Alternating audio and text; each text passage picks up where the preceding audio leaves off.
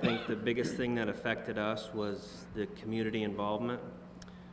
Dozens and dozens of volunteers who they opened up their fire departments, working with docs day in and day out. Many times they had no relief. Many of our guys had no relief for long periods of time. These volunteers, these people in the community would drive by, offer you drinks, offer you food, all kinds of things. What sticks out in my mind mostly is all the local fire departments that opened their doors, had hot meals for everyone to, if they could get a break and travel through. Us as rovers would bring food to the members that were on fixed posts. That's what made the day-to-day operations bearable. And you're busy.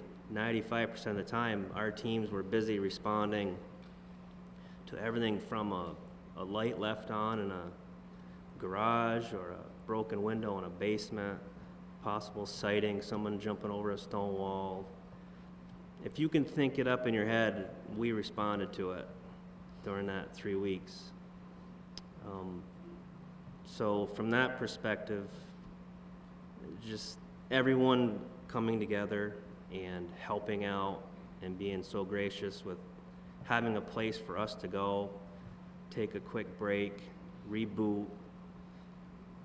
That's what got us through our day. In my opinion, that's what got us through day-to-day operations. I mean, yes, communications was a bear, but we worked it out.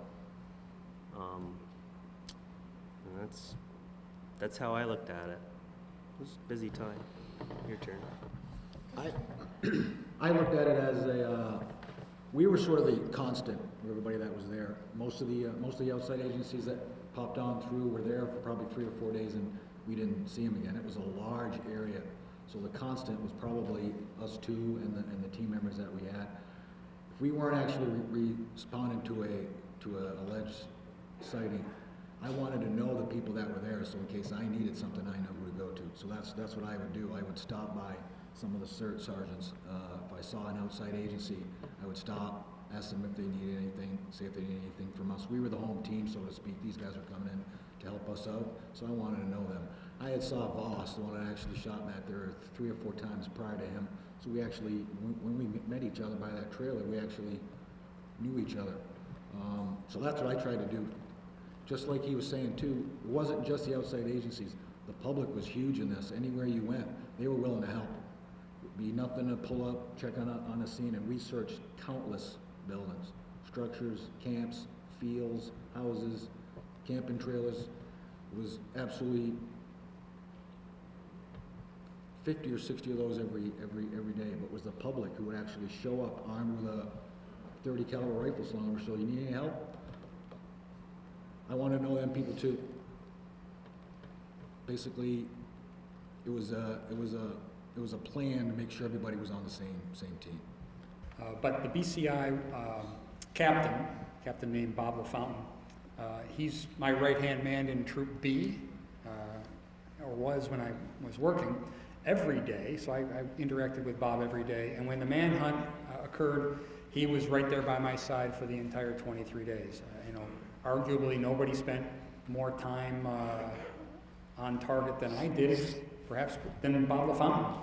And of course, LaFountain, as the BCI captain, has to manage an ungodly amount of investigative assets, and that includes marrying up and putting under our umbrella in the unified command of the FBI agents, U.S. Marshals investigators, Office of Special Investigations, or OSI from corrections, and we had a seamless, from day one, we had a seamless relationship with corrections in particular. I don't know that there were any interviews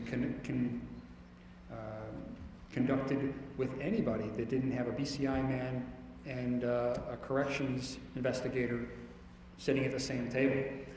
So BCI would had a huge role, and that's under the BCI also falls our forensic and our lab services and all of that. So while a boots on the ground response was responsible for capturing sweat on day 23, or a tactical team was responsible for MAP on day 21, we wouldn't have had any of that if the BCI people and the lab people and the analysts didn't do their job.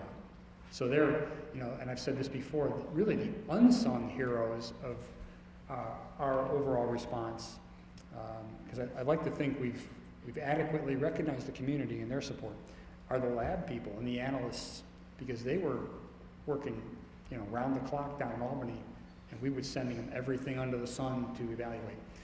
So the BCI had a huge role, although they don't often sit on a panel or get to give presentations about it.